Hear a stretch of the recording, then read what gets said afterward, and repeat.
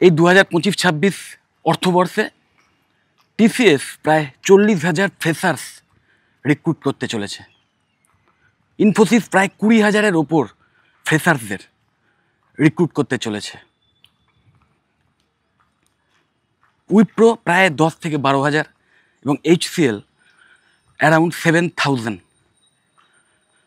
তো এটা জাস্ট বিভিন্ন জব পোর্টাল বলো বা নিউজ পোর্টাল সেইগুলো থেকে ইনফরমেশান পাওয়া যাচ্ছে, বা তাদের নিজস্ব যে সাইট আছে সেখান থেকে যে ওপেনিংসের সন্ধান আছে সেখান থেকে দেখা যাচ্ছে যে এই যে কটা কোম্পানি বললাম এদের মোটামুটি এইরকম একটা রিক্রুটমেন্ট এই বছর করবে, 2025-26 অর্থবর্ষে করবে। তো তোমরা যারা জাস্ট ফ্রেশার্স মানে গ্র্যাজুয়েশন কমপ্লিট করেছো এবং একটা চাকরি খুঁজছো, তাদের জন্যও যেমন এই নিউজটা ভীষণ ইম্পর্টেন্ট, ঠিক তেমন যারা ক্লাস 12-এর এক্সাম দিয়ে গ্র্যাজুয়েশান করতে চলেছো বা গ্র্যাজুয়েশান করবে এবার অ্যাডমিশান নেবে, তাদের জন্যও ইম্পর্টেন্ট। কারণ ট্রেন্ডটা বোঝার চেষ্টা করো যে এই প্রত্যেকটাই কিন্তু আইটি কোম্পানি এবং এগুলো সবই সার্ভিস বেসড। বেসিক্যালি এরা সব বিভিন্ন অন্যান্য প্রোডাক্ট বেসড বিভিন্ন কোম্পানিকে সার্ভিস দেয়, সার্ভিস প্রোভাইড করে। সো আলটিমেটলি আইটি এবং অবশ্যই আইটি সেক্টর যেটাকে বলা হয় তার মধ্যেই একদম বড় বড় কোম্পানির মধ্যে অন্যতম প্রধান এই কোম্পানিগুলো। তো এরা কিন্তু রিক্রুটমেন্ট করছে, এরকম একটা huge numbers of candidate recruitment করছে, এবং যারা কিনা ফ্রেশার্স, যেটা ভীষণ ইম্পর্টেন্ট। কারণ একটা গ্র্যাজুয়েশন কোর্স করার পরেই ফ্রেশারদের চাকরি সহজে খুব একটা কেউ দেয় না। তো এরা ফ্রেশারদের চাকরি দিচ্ছে মানে কি, তার মানে এরা নিশ্চয়ই একটা ট্রেনিং সেশনের মাধ্যম দিয়ে সেই ফ্রেশারদের তৈরি করে নেবে।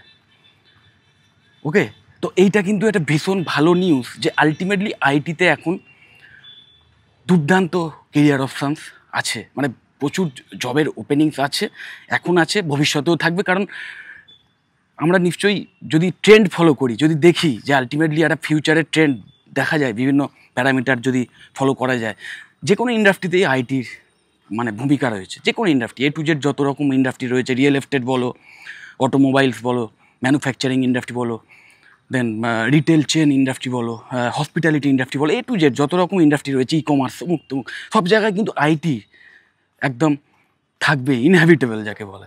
ওকে, সো অবশ্যই আইটিতে আরও বেশি যত মানে আমাদের সমাজ যত উন্নত হবে, যত আরও বেশি ডেভেলপমেন্ট হবে, যত বেশি বিভিন্ন কমার্শিয়াল অ্যাক্টিভিটিস বাড়বে, তত আইটির বুম হবে এবং প্রচুর আরও মানে জব ওপেনিংস খুলবে। 2025-26 সেশনের জন্য যেগুলো বললাম, যে কটা বললাম, এই প্রত্যেকটায় একটা ব্যাপার কমন দেখা যাচ্ছে, 3টে স্পেসিফিক জব রোল দেখা যাচ্ছে, যার মানে যেগুলো ডিম্যান্ড সবচেয়ে বেশি, যেগুলোতে রিক্রুটমেন্ট বেশি হচ্ছে। তো প্রথমটাই হচ্ছে সফটওয়্যার ডেভেলপমেন্ট, একদম সোজা হিসাব, সফটওয়্যার ডেভেলপমেন্ট বা সফটওয়্যার ইঞ্জিনিয়ার, মানে যারা বিভিন্ন সফটওয়্যার প্রোডাক্ট বানাবে, ডেভেলপ করবে, ডিজাইন করবে। ওকে, এবং সেখানে বিভিন্ন স্টেজ আছে, বিভিন্ন মানে ব্যাক এন্ড আছে, ফ্রন্ট এন্ড আছে, ডিএসএ আছে, একটা হিউজ রিক্রুটমেন্ট হবে। এই ডেজিগনেশানে হিউজ রিক্রুটমেন্ট হবে। তারপরেই যেটার ভীষণ ইম্পর্টেন্স দেখা যাচ্ছে সেটা হচ্ছে কিউএ, কোয়ালিটি অ্যাসুরেন্স। যে প্রোডাক্টটা তৈরি হলো সেই প্রোডাক্টটার যাতে কোয়ালিটি বজায় থাকে, সেটা যাতে একদম মানে ইন্ডাস্ট্রি লেভেলে থাকে, সেই কোম্পানির স্ট্যান্ডার্ডকে বজায় রাখে, সেটাকে নির্ধারণ করার জন্য যারা দায়ী থাকবে, যে সমস্ত ইঞ্জিনিয়াররা দায়ী থাকবেন, তাদেরকেও রিক্রুট করা হবে। আর এবং তার সাথে সাথে আর একটা জব রোল ভীষণ ভাবে ইম্পর্টেন্ট হয়ে দাঁড়াচ্ছে এই সমস্ত রিক্রুটমেন্টের ক্ষেত্রে, সেটা হচ্ছে সিকিউরিটি, মানে সাইবার সিকিউরিটি। কারণ যত এই সমস্ত সফটওয়্যার মানে অ্যাপ্লিকেশান তৈরি হবে, নিশ্চয়ই জানো তার পেছনে হিউজ ডেটাবেস সিস্টেম কাজ করে, সেটাকে প্রোটেক্ট করার জন্যে সিকিউরিটি পার্সনদের দরকার, সাইবার সিকিউরিটি এক্সপার্টদের দরকার। এই জব রোলগুলো পেতে গেলে মানে এই কোম্পানিগুলোতে যে মিনিমাম এলিজিবিলিটি, সেটাই কিন্তু মোরাললেস সবগুলোতেই একটা কমন ট্রেন্ড দেখা যাচ্ছে, সেটা হচ্ছে বিই বা বিটেক হতে হবে। মোরাললেস ইচ অ্যান্ড এনি স্ট্রিম, যে কোনো স্ট্রিম থেকেই কিন্তু বিটেক যদি করতে পারো, তাহলে কিন্তু এই জব রোলগুলোতে তোমরা অ্যাপ্লাই করতে পারো। এবং তার সাথে সাথে বিসিএ। সো দেখা যাচ্ছে যেটা যে আলটিমেটলি বিটেক ইন সিএসি শুধু নয়, বা বিটেক ইন এআইডিএস শুধু নয়, বা বিটেক ইন এআইএমএল শুধু নয়, বিটেকের যে কোনো স্ট্রিম থেকে পড়াশুনো করে গ্র্যাজুয়েট একজন স্টুডেন্টকে কিন্তু আইটি সেক্টরে চাকরির সুযোগ দিচ্ছে।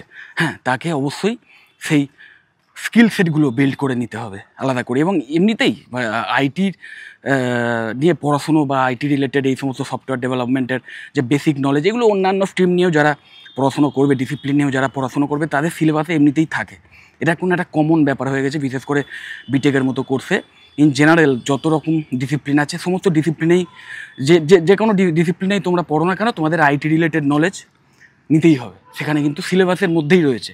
তার সাথে সাথে এক্সট্রা ইনিশিয়েটিভ নিতে হবে। এবং এটাও মাথায় রাখতে হবে যে এই যে এত রিক্রুটমেন্ট আছে, এবং এই কটা কোম্পানি, যা 4টে কোম্পানির কথা বললাম, আরও কত কোম্পানিজ আছে। এবং শুধু সার্ভিস বেস নয়, তার সাথে সাথে প্রোডাক্ট বেস টপ লেভেলের যে কোম্পানিগুলো, মাইক্রোসফট, গুগল, অ্যাপেল, ওকে, তো এই টাইপের যে কোম্পানিজগুলো, অ্যামাজন, এই সমস্ত যে মানে কোম্পানিজগুলো আছে, বা আরও যে বড় বড় ওরাকল, অ্যাডোবের মতো যে মানে প্রোডাক্ট বেস যে কোম্পানিজগুলো আছে, সেইগুলোতে চাকরি পাওয়াটা আরও বেশি টাফ। এবং আরও মানে সেটাই কিন্তু তোমাদের টার্গেট হওয়া উচিত।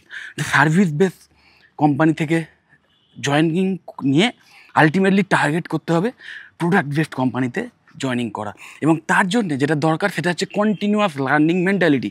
নিশ্চয়ই তোমরা শুনেছো যে ইনফোসিসে এই অর্থবর্ষেই কি গত অর্থবর্ষে বোধহয় শেষের দিকে একটা হিউজ নাম্বার অফ ক্যান্ডিডেটকে তারা লে অফ করেছিল। এবং ইনফোসিসের এটা একটা ট্রেন্ড আছে যে ওরা একটা টেস্ট নেয়, ওই মানে কোনো ফ্রেশারদের রিক্রুটমেন্ট করার 3 মাস কি 6 মাস অন্তর অন্তর, আমার এক্স্যাক্টলি মনে পড়ছে না, ওরা একটা টেস্ট নেয় বিভিন্ন এক্সামের মাধ্যমে। এবং সেই টেস্টটা 3বার দেওয়া যায়। সেই 3বারেই যদি তুমি ফেল করো, ওদের টেস্টে মিনিমাম একটা মার্কসের ব্যাপার থাকে, সেই পার্সেন্টেজ অফ মার্কস যদি না পাও, তাহলে কিন্তু মানে সোজা কথায় লে অফ করে দেবে, ছাঁটাই করে দেবে। তার মানে কি, এবং এটা নিয়ে অনেকে অনেক নেগেটিভ কথাবার্তা বলে বা এটাকে মানে ক্রিটিসাইজ করে। স্বাভাবিক, চাকরি ছাঁটাই করে দেওয়াটা এইভাবে, এটা খুবই ইনহিউম্যান একটা ব্যাপার। কিন্তু আলটিমেটলি এটাও তোমাদের মাথায় রাখতে হবে যে প্রাইভেট কোম্পানিতে একটা ক্যান্ডিডেটকে রাখার পেছনে, একটা হায়ার করার পেছনে তাদের মেন উদ্দেশ্য থাকে যাতে তাদের যে স্কিল সেগুলোকে ইউজ করে তাদের কোম্পানি প্রফিট আর্ন করতে পারে। তাদের সহজ মানে হিসাব এটাই। এখানে কোনটা ঠিক বেঠিক, অন্যায় ন্যায় এসব নয়, যেটা ফ্যাক্ট সেটা বলছি। সো তোমাকে এই কোম্পানিতে ঢোকার জন্যও যেমন এফর্ট দিতে হবে, অবশ্যই ভালো করে পড়াশুনো করে এত স্টুডেন্ট বিটেক করবে, তাদের মধ্যে তোমাকে অবশ্যই প্রথম দিকে থাকতে হবে, প্রথম সারিতে থাকতে হবে, তবেই তোমরা সিলেক্টেড হবে। এবং তার জন্য কন্টিনিউয়াস একটা লার্নিং প্রসেসের মাধ্যম দিয়ে আসতে হবে, বিভিন্ন স্কিল সেট বিল্ড করতে হবে। এবং চাকরি পাওয়ার পরেও তোমাকে কিন্তু সেই কোম্পানিতে জাস্ট টিকে থাকার জন্যে সেই লার্নিং মেন্টালিটির মধ্যে থাকতে হবে এবং স্কিল সেট আরও বিল্ড করে যেতে হবে, যাতে সেখানে টিকে থাকো এবং আরও বেশি আস্তে আস্তে পদোন্নতি করতে পারো, আরও হায়ার লেভেলে যেতে পারো, বা কোম্পানি সুইচ করে আরও টপ লেভেলের কোম্পানিতে যেতে পারো, প্রোডাক্ট বেসড যে কোম্পানিজগুলো বললাম সেইগুলোতে যেতে পারো। ওকে, এক জায়গায় বসে থাকলে হবে না যে একবার একটা পরীক্ষা দিয়ে, একবার কষ্ট করে আদা জল খেয়ে একটা পরীক্ষা দিয়ে একটা চাকরি একবার পেয়ে গেলাম, তারপর মাসে মাসে মাইনে এসে যাচ্ছে এবং normal day to day regular work করে যাচ্ছি, রুটিন ওয়ার্ক করে যাচ্ছি। ওকে, তো মাইনেও মাসে মাসে এসে যাচ্ছে এবং ওই প্রতি বছর একটা মিনিমাম অ্যামাউন্ট অফ মানি সেটা স্যালারি হাইক হিসেবে হচ্ছে, ইনক্রিমেন্ট হিসেবে পাচ্ছি। এবং অটোমেটিক্যালি নিয়ম অনুসারে, যত একটা বয়স অনুসারে বা এক্সপিরিয়েন্স অনুসারে আমার অটোমেটিক্যালি প্রমোশন হয়ে যাচ্ছে। এই সমস্ত যুগ বা এই সমস্ত ট্রেন্ড শেষ হয়ে যাচ্ছে প্রাইভেট সেক্টরে ছিলও না এই টাইপের ট্রেন্ড, এবং সেটা আরও বেশি চ্যালেঞ্জিং হয়ে যাচ্ছে এবং আরও বেশি কী বলবো ডাইনামিক হয়ে যাচ্ছে। তো এর ফলে হয়েছে কি, যেমন এমন ট্রেন্ডও দেখা যাচ্ছে যে বিভিন্ন ডিগ্রি, কোয়ালিফিকেশান এগুলো ছাড়াও যেমন জাস্ট স্কিল দেখে অনেক ফ্রেশারদের ক্যান্ডিডেট মানে অনেক কোম্পানি হায়ার করছে, ঠিক তেমন অনেক হায়ার ডিগ্রিওয়ালা, অনেক হায়ার কোয়ালিফিকেশানওয়ালা ক্যান্ডিডেটদের কিন্তু জাস্ট ওই স্কিলের অভাবের জন্যে, বা সে যুগোপযোগী নয় বলে, মানে সে ট্রেন্ডের সাথে খাপ খাওয়াতে পারেনি বলে, নতুন টেকনোলজিকে অ্যাডাপ্ট করতে পারেনি বলে, অনেক বেশি এক্সপিরিয়েন্স বা অনেক বেশি দিন ধরে সেই কোম্পানিতে কাজ করা সত্ত্বেও তাকে কিন্তু ছাঁটাইও হতে হচ্ছে। সো ব্যাপারটা কিন্তু যথেষ্ট, আমি ওই জন্য বলবো ডাইনামিক, খারাপ ভালো বললাম না, ডাইনামিক চেঞ্জ হচ্ছে ব্যাপারটা। সেই ব্যাপারটাকে বুঝে, সেই ট্রেন্ডটাকে বুঝে এখন থেকে মেন্টালিটি ক্রিয়েট করো। এবং মাথায় রাখবে, খুব নিয়ার ফিউচার না হলেও ফার ফিউচার বলতে পারো, এই ট্রেন্ড কিন্তু সরকারি ক্ষেত্রেও আসতে পারে, আসা সম্ভব। কারণ নিশ্চয়ই তোমরা শুনেছো যে মানে নেচারের নিয়ম যোগ্যতমের বিবর্তন, যে যোগ্য সেই এগোবে, এটা এটা একটা নেচারের ল। তো সেই নেচারের লয়ের বিপরীতে গিয়ে তুমি যদি ওই রকম রুল ফিক্সড করো যে একবার একটা এক্সাম দিয়ে কেউ একটা চাকরি পেয়ে গেল, সে আজীবন ধরে সেই পদে থেকে যাবে এবং অটোমেটিক্যালি তার বয়স যত বাড়বে, তার এক্সপিরিয়েন্স যত বাড়বে, অটোমেটিক্যালি তার প্রমোশন হয়ে যাবে, এটা নেচারের লয়ের বিপরীতে গিয়ে হচ্ছে। তো সেই রুল প্রাইভেট কোম্পানিতে তো এখনই ফলো হয় না, ভবিষ্যতে হয়তো সরকারি ক্ষেত্রেও এই টাইপের রুল থাকবে যে ওই 1 বছর 2 বছর বা 3 বছর অন্তর অন্তর বিভিন্ন টেস্টের মাধ্যমে এমপ্লয়ীদের টেস্ট করে দেখা হবে যে তাদের মধ্যে এখনও সেই এলিজিবিলিটি বজায় আছে কিনা, সেই কোয়ালিটি বজায় আছে কিনা, যেটা কিনা আজকের অনেক এই প্রাইভেট কোম্পানিজ করছে। তো তোমাদের বলবো, যারা তোমরা ক্লাস 12-এর স্টুডেন্ট, যারা পিসিএমএ স্টুডেন্ট, তারা তো অবশ্যই তোমরা বিটেকের মতো কোর্স টার্গেট করো। সিএসসি, আইডিএস এই টাইপের কোর্স যদি পাও তাহলে তো সবচেয়ে ভালো।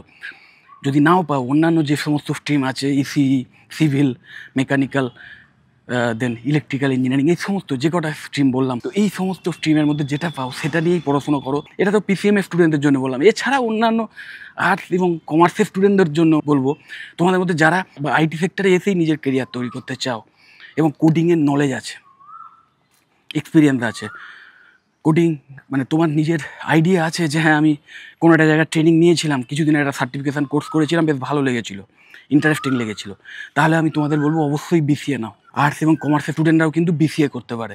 তো বিসিএ করো। বিসিএ 4 ইয়ার্সের গ্র্যাজুয়েশন কোর্স হয়ে গেছে, কোনো অংশেই বিটেক সিএসির চেয়ে কম জব ওরিয়েন্টেড নয় আমি বলবো আজকের।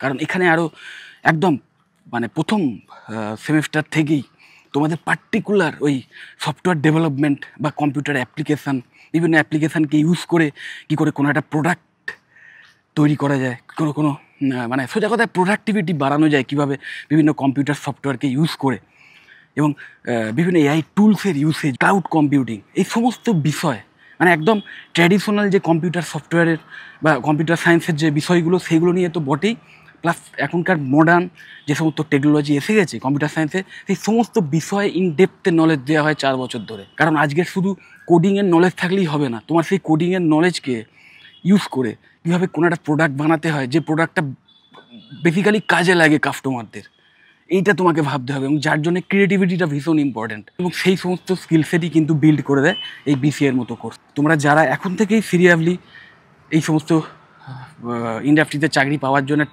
টার্গেট নেবে এবং সেই মতো এগোবে, তারা অবশ্যই সফল হবে।